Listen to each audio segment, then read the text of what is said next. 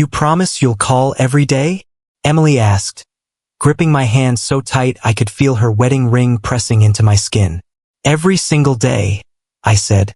Morning there is night here. I'll call before you sleep and after you wake up. Deal? She laughed, but her eyes were wet. Deal. Nathan tugged at my jacket. 3 years old, and he already understood something was wrong. Daddy go bye-bye? I crouched down and pulled him into my arms. Daddy's going to work far away, buddy. But I'll come back. And I'll call you every day. Okay? Okay, he said, though I don't think he understood. How could he? I barely understood it myself. 3 years. An entire ocean between us. All for a contract that would triple my salary and finally give us the life I'd promised Emily since our wedding day. My father, Richard, stood a few feet back, arms crossed, watching the whole scene like he was grading it. You sure about this, Daniel? He asked. 3 years is a long time to leave your family. It's for the family, Dad, I said. You know that. He nodded slowly, but something in his eyes didn't sit right with me. I brushed it off. He was always like that, quiet judgment dressed up as concern. My brother Michael stepped forward and clapped my shoulder. Go make us proud, big brother. I'll look out for everyone while you're gone. Promise. I know you will, I said, and I meant it. Michael had always been the quieter one, the one who stood in my shadow growing up. I never doubted him. Not once. My mother, Grace, hugged me last, holding on longer than everyone else. Take care of yourself over there, she whispered, and come home to us. I will, Mom. The boarding call echoed through the terminal. Emily's hand slipped from mine, finger by finger, until there was nothing left to hold. Daniel, she said, voice cracking. I'm going to miss you so much. I'll miss you more, I said. 3 years will fly by. You'll see.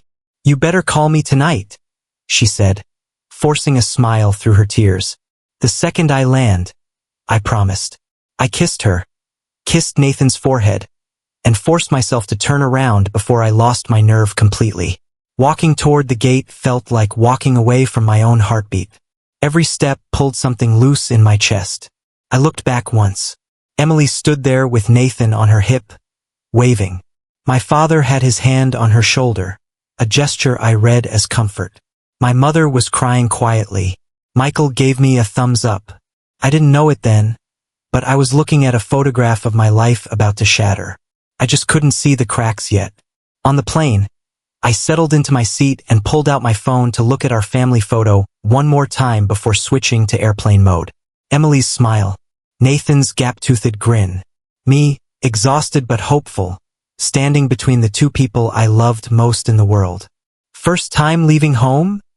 The man beside me asked. Yeah, I said. 3-year contract in the UK. Engineering job. Family staying behind? Wife and son, I said. It's temporary. We'll be better off because of it. He nodded like he understood, though nobody really understands a decision like that unless they've made it themselves. I wasn't just leaving a country. I was leaving 3 years of bedtime stories, anniversaries, birthdays, ordinary Tuesday nights. I was betting all of it on a future I couldn't guarantee. But I trusted them. My wife, my father, my brother, my family. I trusted them completely. The plane lifted off, and I pressed my forehead to the window, watching the coastline shrink beneath the clouds until it disappeared entirely. Somewhere down there, my whole world kept living without me. I had no idea I was already saying goodbye to something I would never get back. 6 months in London, and my body still hadn't adjusted to the time difference. I was hunched over blueprints at 11 at night when James Whitfield knocked on my cubicle wall. You're still here? He asked.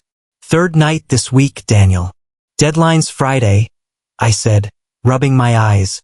Client wants the structural revisions before the weekend. James leaned against the doorframe, arms crossed. He'd been at the firm 20 years, and something about the way he looked at me always felt like he was reading more than I was saying. You've got a wife and kid back home, right? Yeah. Emily and Nathan. They doing okay without you? I think so, I said. It's hard, but we knew what we signed up for. Just make sure you're calling them. he said. Work will always be here. Family won't wait forever. I laughed it off, but his words stuck with me longer than I expected. That night, I called Emily like always. It rang 5 times before she picked up. Hey, she said, breathless, like she'd been running.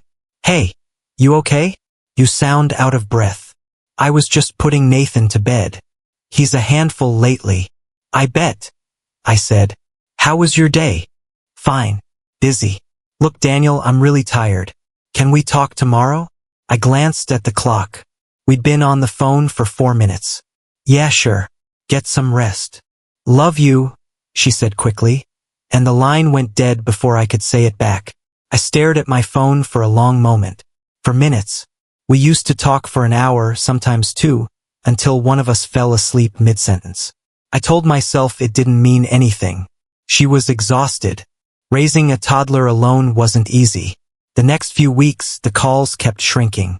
3 minutes. 2 minutes. Sometimes she didn't pick up at all, and I'd get a text an hour later. Sorry, missed your call. Nathan was crying. Talk tomorrow? I mentioned it to James over coffee one afternoon. She's just stretched thin, he said. Single parenting while her husband's overseas. That's not easy on anyone. Yeah, I said. That's probably it. You sound like you're trying to convince yourself. I didn't answer that. A week later, my mother called. Her voice was warm as always, filling me in on the small things. The weather, her garden, how Nathan had started saying full sentences. He called me Grandma Gracie yesterday, she said, laughing. It was the cutest thing. I wish I could have heard it, I said. You will soon enough. Time's going faster than you think. How's Emily holding up? She sounds tired every time we talk. There was a pause, just half a second too long. She's fine. She's been spending more time over here, actually, at your father's house. I think she likes the company, with you gone and all. That's good, I said. I'm glad she's not alone all the time.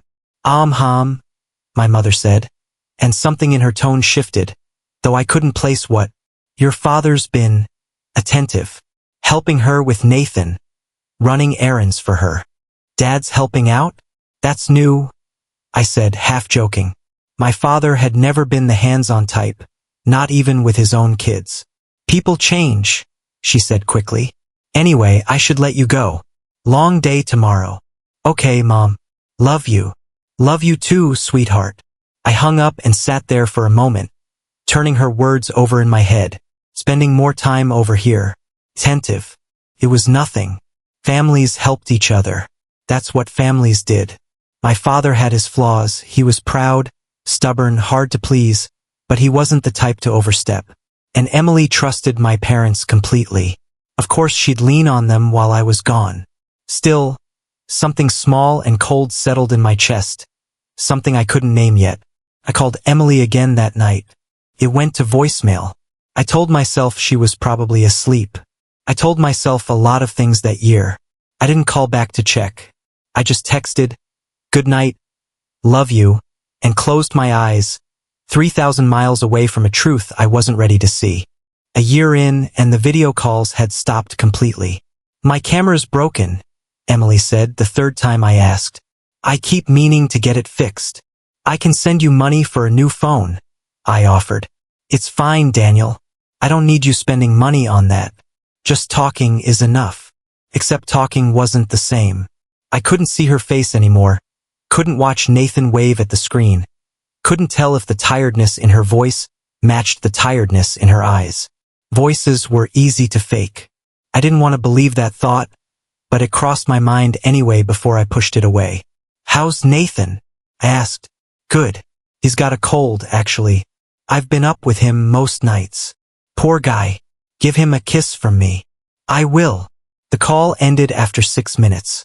I sat in my flat, staring at the ceiling, trying to remember the last time she'd asked me a question about my life in London. Couldn't. That week, an old friend reached out, Sophie Bennett, who I'd known since primary school. We hadn't talked much since I left, just the occasional comment on old photos. Hey, stranger, she said when I picked up. Got a minute? For you? Always. What's going on? She hesitated, and that hesitation told me more than her words did.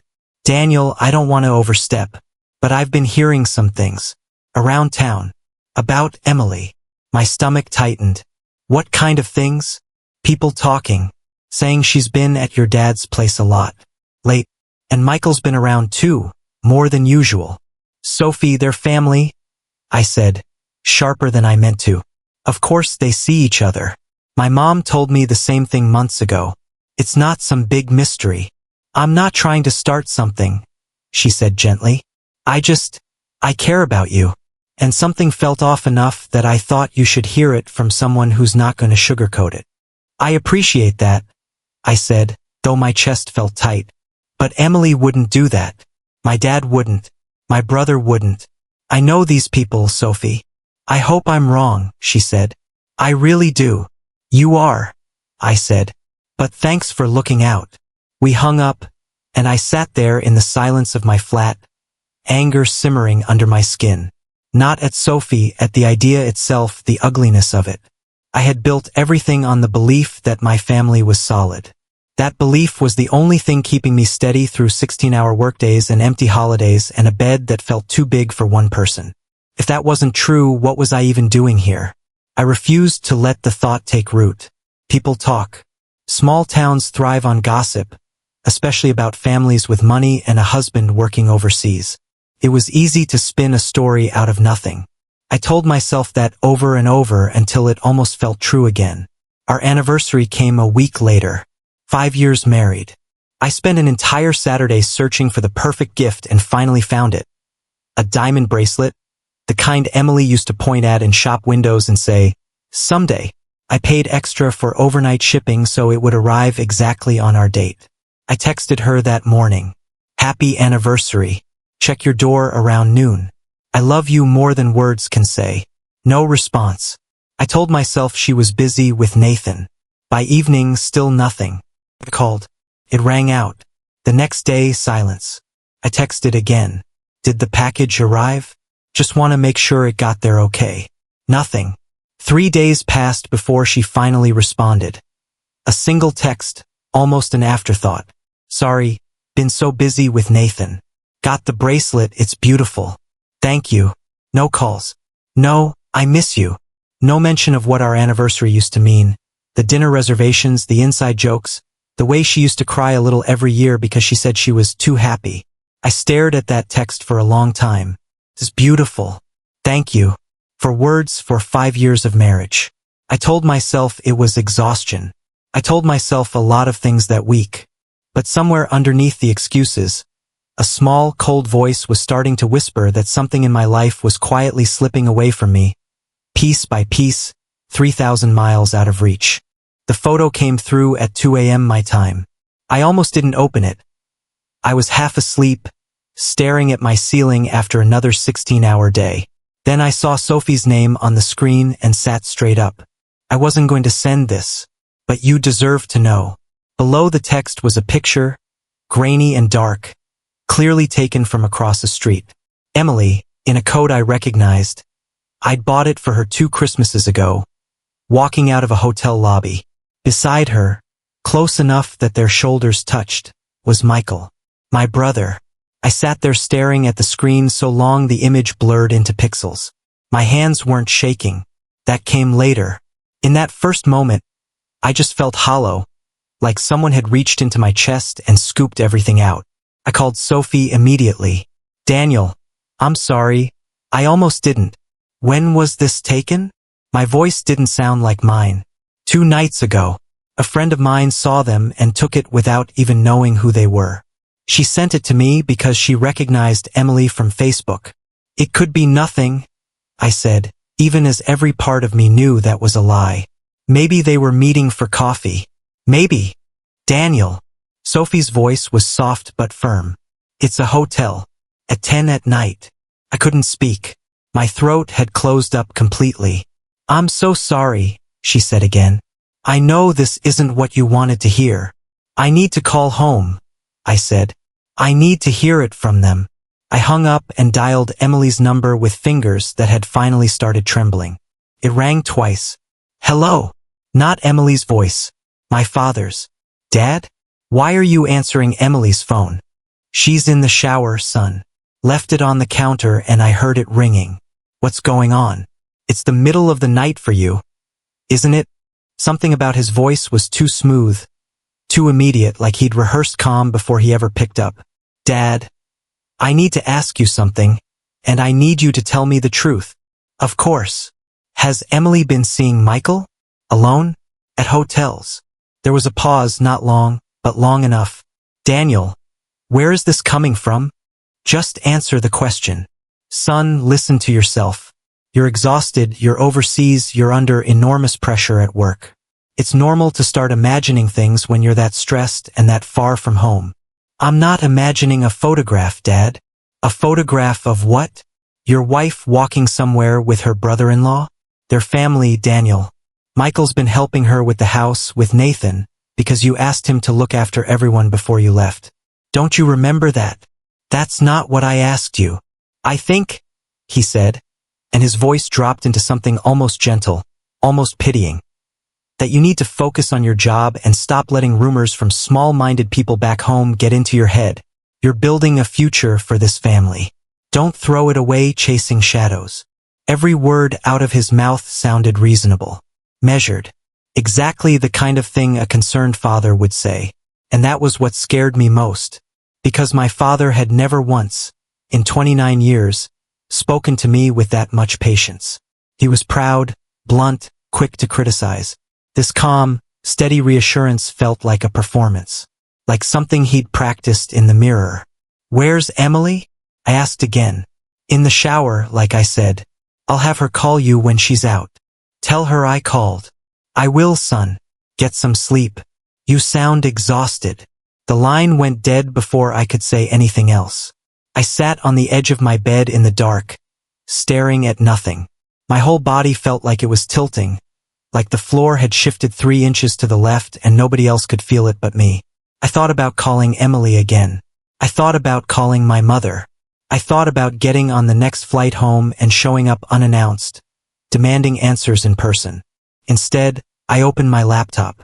I searched private investigator near me, then stopped, deleted it, and searched instead for private investigators back home, in my hometown, someone who could watch the people I could no longer trust with my own eyes.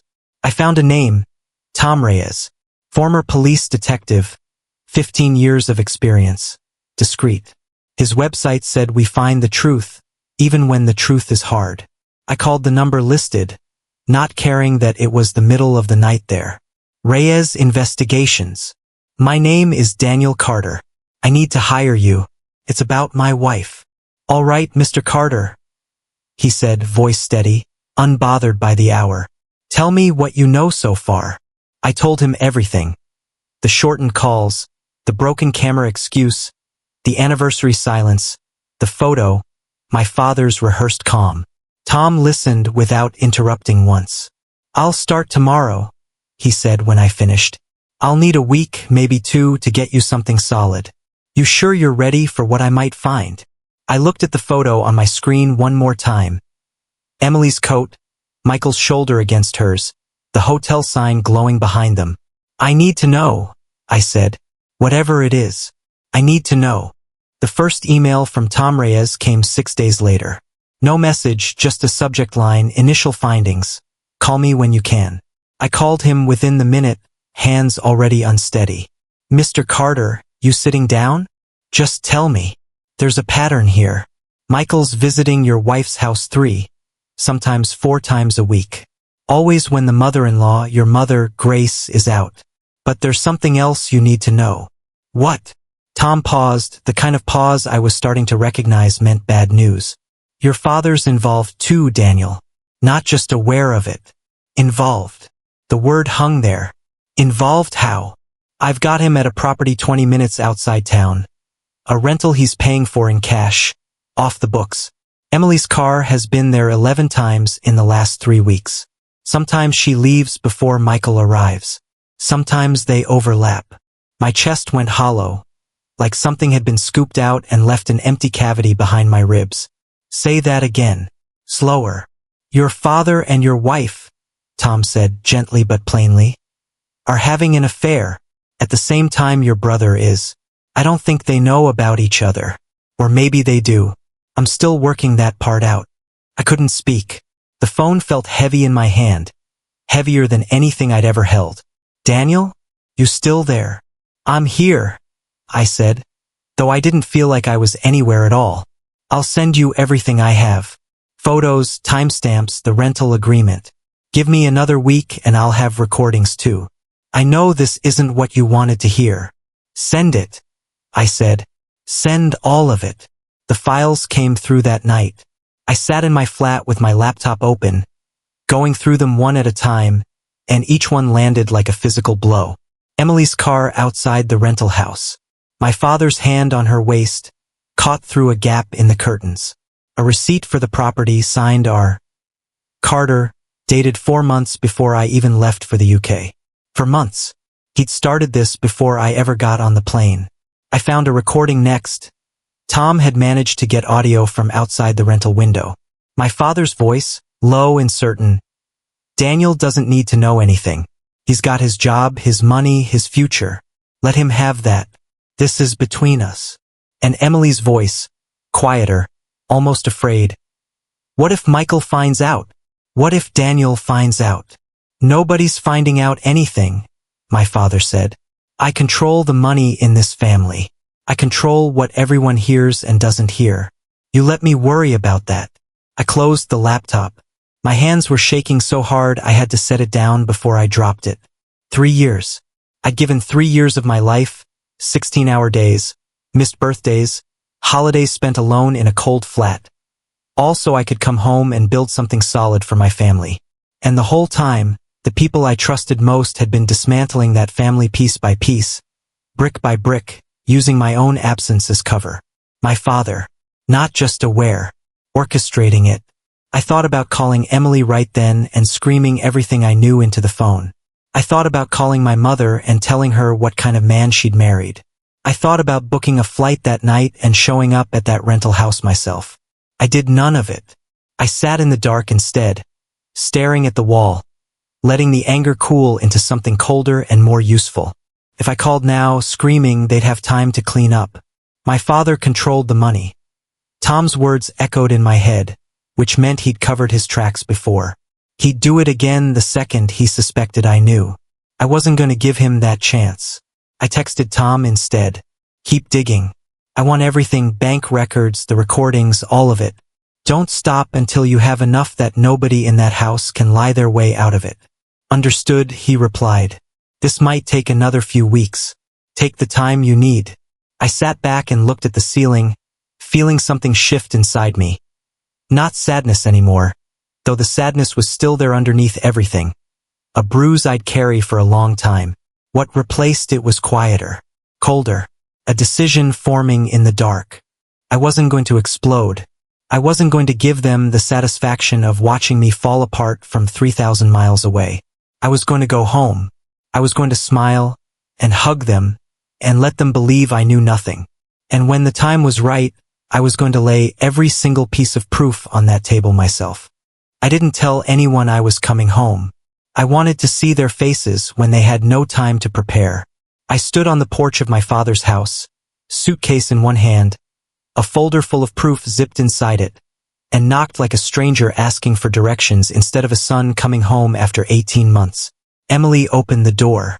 Her face went through 3 expressions in half a second: shock, panic, and then something she forced into joy. Daniel? Oh my God, Daniel. She threw her arms around my neck, and I made myself hug her back, made my hands land on her waist like they used to, made my voice come out warm. Surprise. Got some time off. Couldn't stay away any longer. You should have called. I would have. The house is a mess. I look terrible. You look beautiful, I said, and the words tasted like ash in my mouth. Daddy! Nathan came barreling down the hallway, and I dropped to my knees just in time to catch him. He wrapped his arms around my neck so hard it almost hurt, and for 1 second, holding him, I forgot everything else. He didn't know what his mother had done. He didn't know what his grandfather had done. He was 3 years old, and he only knew that his father was home, and that was the only truth that mattered to him. I held him a little longer than necessary, breathing him in, and something in my chest cracked open. Whatever came next, whatever I had to do, I needed him protected from all of it. "You've gotten so big," I said, my voice thicker than I wanted it to be. "I missed you, Daddy. I missed you more, buddy." My father appeared in the hallway behind Emily, wiping his hands on a towel like he'd been in the kitchen the whole time, like nothing in his life needed hiding. "Well, look who's here," he said, spreading his arms. "Why didn't you tell us you were coming?" "Wanted to surprise everyone," I said, standing to shake his hand. His grip was firm, confident, exactly the handshake of a man who believed he'd gotten away with something. "Good to see you, son. You look tired." "Long flight," I said. Come in. Your mother's going to cry when she sees you." I stepped inside a house that no longer felt like the one I grew up in, though nothing about it had physically changed. The same photos on the wall, the same couch, except now I knew what had happened inside these rooms while I was gone, and every surface felt contaminated by it. Michael came down the stairs last, and I watched his face carefully.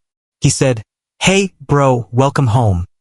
But his eyes slid past mine, landing somewhere over my shoulder instead. He hugged me quickly, stiffly, the kind of hug you give a stranger at a funeral. "You all right?" I asked him. "You seem off." "Just tired," he said. "Work's been a lot." "I bet," I said, and let it go. My mother came in from the kitchen, gasped, and pulled me into a hug that felt like the only honest one in the house. "You should have told us," she whispered against my shoulder. "I would have made your favorite." "I know, Mom. I wanted to surprise you." Dinner that night was almost unbearable. I sat at the table watching Emily pass the potatoes to my father, watching Michael avoid conversation, watching my father hold court like a man with nothing to hide, laughing too easily, refilling everyone's glasses like he was celebrating something. I laughed along when I was supposed to. I asked about the business, about Nathan's preschool, about nothing that mattered. Upstairs, in my suitcase, the folder sat waiting: photos, recordings, bank statements, every piece of proof Tom Reyes had gathered over 2 months of careful, patient work. I wasn't going to bring it out tonight. I wasn't going to scream, or accuse, or give them the satisfaction of watching me break. I was going to sit at this table night after night if I had to, and let them believe they'd won. And when I was ready, I was going to let the truth do what I couldn't bring myself to do with my own 2 hands. I met with a lawyer 3 towns over, somewhere nobody would recognize me. Her name was Patricia Nolan, and she didn't blink once while I laid out the whole story. "You have documentation for all of this?" she asked. "Photos, recordings, bank statements, everything. Then you have grounds for a strong custody case, and depending on how the finances are structured, possibly a case against your father too, if he's been using shared family accounts to fund this." "He has," I said. I checked. "There's money missing from the business account I co-own with him. Enough to buy that rental house in cash." Patricia nodded, writing quickly. "Move whatever funds are legally yours into a separate account before you do anything else. Don't tip your hand. And get the custody paperwork started now, quietly, so it's ready the moment you decide to act." "How long will that take?" "A few weeks if we move fast."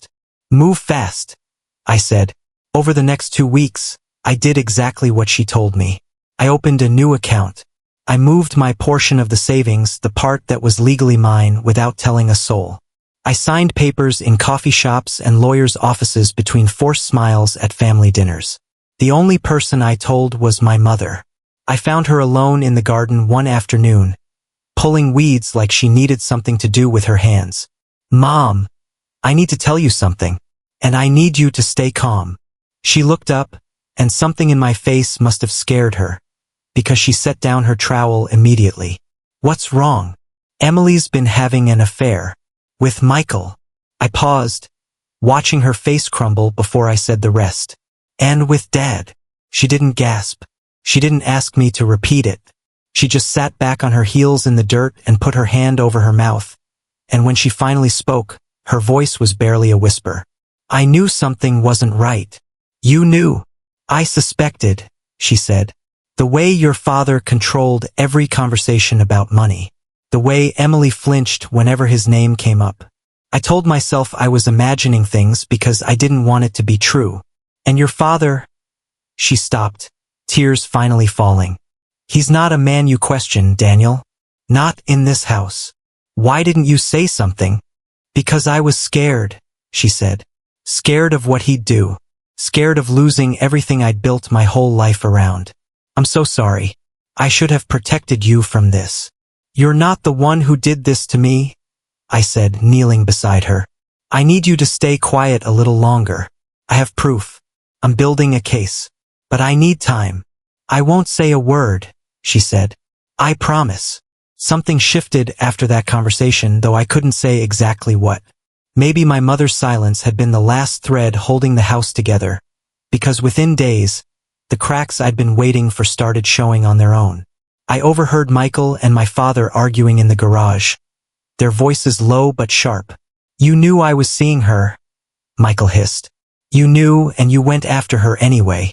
Your own son's wife, Dad. Watch your tone, my father snapped back. I'm the one keeping this family together. I'm the one paying for that house. You'd both be exposed already if it weren't for me. Keeping it together? You're the reason it's falling apart. Emily, meanwhile, had started watching me differently. I caught her staring at me across the dinner table more than once, like she was searching my face for something. You've been quiet lately, she said one night, after everyone else had gone to bed. Is everything okay? You seem different since you got back. Just tired, I said, adjusting to being home. You'd tell me if something was wrong, right? I looked at her, really looked at her, and felt nothing but the cold certainty of what was coming. Of course I would, I said. You'd be the first to know. She smiled, but it didn't reach her eyes, and I understood then that she already sensed the ground shifting beneath her. She just didn't know yet how far she was about to fall. I asked my mother to make dinner for everyone that Sunday. One last family meal, I told her, before I head back to London. She didn't know what I meant by it, but she nodded and started cooking anyway. Everyone came. Emily, Nathan, my father, Michael, all seated around the same table where I'd smiled through 2 months of lies.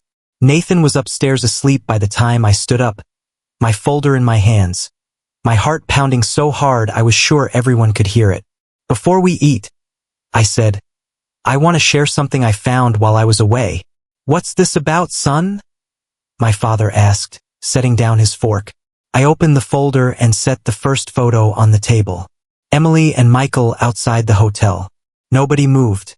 Daniel, what? Emily started. I set down the second photo. My father's hand on her waist outside the rental house. For months before I even left for the UK, I said.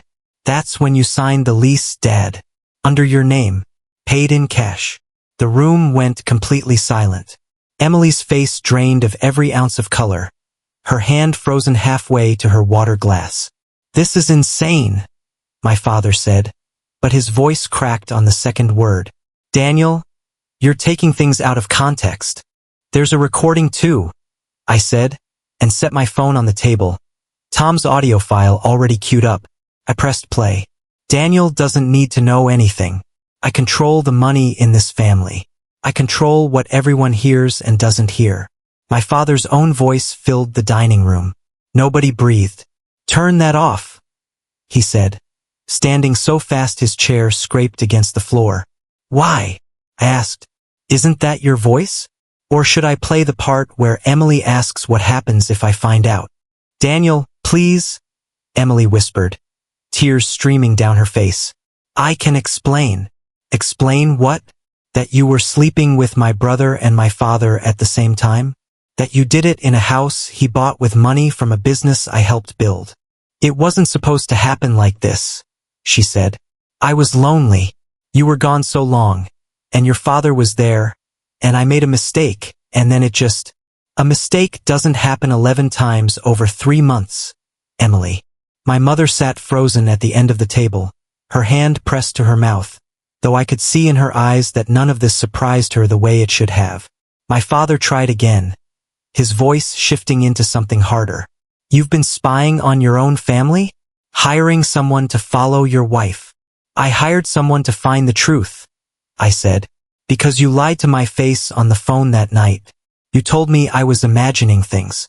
You told me to focus on my job. Do you remember that, Dad? He didn't answer. Michael, who had been silent the entire time, staring at his plate, finally spoke, his voice small. It started before Dad, he said. Emily and me. I'm the one who, I should have stopped it the first time. I knew it was wrong, and I kept going anyway. I'm sorry, Daniel. I've never been sorrier for anything. Michael, my father snapped. Don't say another word. Why not? Michael said, some anger finally breaking through his shame. You've been controlling everyone in this family for years. You went after her too, after I already... Do you have any idea what that did to me? Watching you take her from me the same way I took her from him. Enough, my father shouted, slamming his hand on the table. No, I said, and my voice came out steadier than I felt. Not enough. I'm not finished. I looked at Emily. I'm filing for divorce, and I'm filing for full custody of Nathan. I have everything I need to prove you're an unfit mother to be raising him in a house built on this many lies. Daniel, please, he's my son too. You should have thought about that before you brought him into this house every single day. I turned to my father. And you? I'm done being your business partner. I'm pulling every cent I'm owed out of that company, and I'm filing a report about the missing funds you used to pay for that rental. You can explain that to the accountant. Or the police if it comes to that. You wouldn't, he said, but the certainty was gone from his voice now, replaced by something close to fear. Watch me, I said. I picked Nathan's little jacket off the back of his chair, folding it over my arm, and looked around the table one last time. At Emily crying into her hands, at my father standing pale and speechless, at Michael staring at the tablecloth like it might swallow him whole, at my mother finally letting her tears fall openly. I loved this family, I said. I gave up 3 years of my life for this family. And every single one of you let me believe I still had one to come home to. Nobody said a word as I walked out of that dining room, folder under one arm, my son's jacket over the other, and closed the door behind me for what I already knew was the last time I'd sit at that table. 6 months later, I stood in the kitchen of my flat in London, watching Nathan build a tower out of blocks on the living room floor. Full custody. It still felt strange to say those words out loud, like they belonged to someone else's life. Daddy, look, Nathan called, knocking the tower over on purpose, laughing at the crash. Nice one, buddy. Build it again. My mother called that evening like she did most weeks now. Your father's barely leaving the house, she said. The business partners found out about the missing funds. 2 of them pulled out completely. He's fighting the accusations, but everyone in town already knows. How's Emily? I asked, though I wasn't sure I wanted the answer. She moved 2 towns over. Couldn't handle the way people looked at her here anymore. I heard Michael's engagement fell apart too. The girl's family found out everything and called it off 3 weeks before the wedding. I'm not going to pretend I'm sorry to hear that, I said. I don't blame you, my mother said quietly. I'm the one who should be sorry, for not seeing it sooner, for not saying something. You're here now, Mom. That's what matters. Are you doing okay, sweetheart? Really? I looked over at Nathan, stacking blocks with the same focus he gave everything, completely unaware of how much his world had changed. I'm getting there, I said.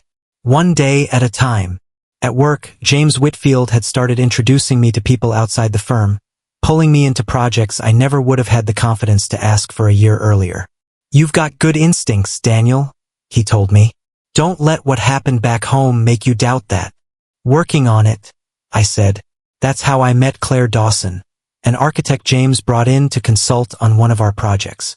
She caught a mistake in my structural drawings during our first meeting, and instead of embarrassing me in front of the room, she pulled me aside afterward. Small fix, she said, tapping the page. Easy to miss. You're not the first engineer who's overlooked a load calculation under deadline pressure. Appreciate you not saying that in front of everyone. Wasn't necessary, she said, shrugging. Everyone makes mistakes. Doesn't need an audience. Something about the simplicity of that, the lack of judgment, the quiet respect, stuck with me longer than I expected. We started grabbing coffee between meetings, nothing more than that. She asked about Nathan once I mentioned him, and when I told her I was raising him alone, she didn't flinch or pry. That's a lot to carry, she said. You seem like you're handling it well, though. Some days better than others. That's honest, at least, she said, smiling. I like honest. I wasn't ready for anything more than coffee and easy conversation, and she never pushed for it. There was something steady about her, something that didn't demand anything I couldn't give yet. I found myself looking forward to those small conversations more than I expected to, though I was careful not to read too much into it. I trusted the wrong people before. I wasn't going to rush toward trusting again. You don't have to figure everything out right now, she told me once, when I admitted as much. Some things take time. That's not a flaw, Daniel. That's just being human. That night, I tucked Nathan into bed in our small London flat, the same one I used to stare at the ceiling of, aching for a family I thought I had. He grabbed my hand before I could stand up. Daddy, are we staying here forever? For now, I said. Is that okay? I like it here, he said. It's just us. Yeah, buddy, I said, brushing his hair back. It's just us. I sat with him until his breathing evened out, until his hand went slack in mine, and I stayed a little longer than necessary, watching him sleep. I thought about the man who boarded that plane 3 years ago, so certain of the life waiting for him when he came back. That man didn't exist anymore. Everything I thought I knew about trust, about family, about who deserved my loyalty, had been stripped down to nothing and rebuilt from scratch. But what stood in its place felt sturdier somehow. Tested. Earned. I turned off Nathan's lamp and stood in the doorway for a moment, watching him sleep peacefully in a home built on nothing but honesty. The betrayal had broken almost everything I believed in. It just hadn't broken me.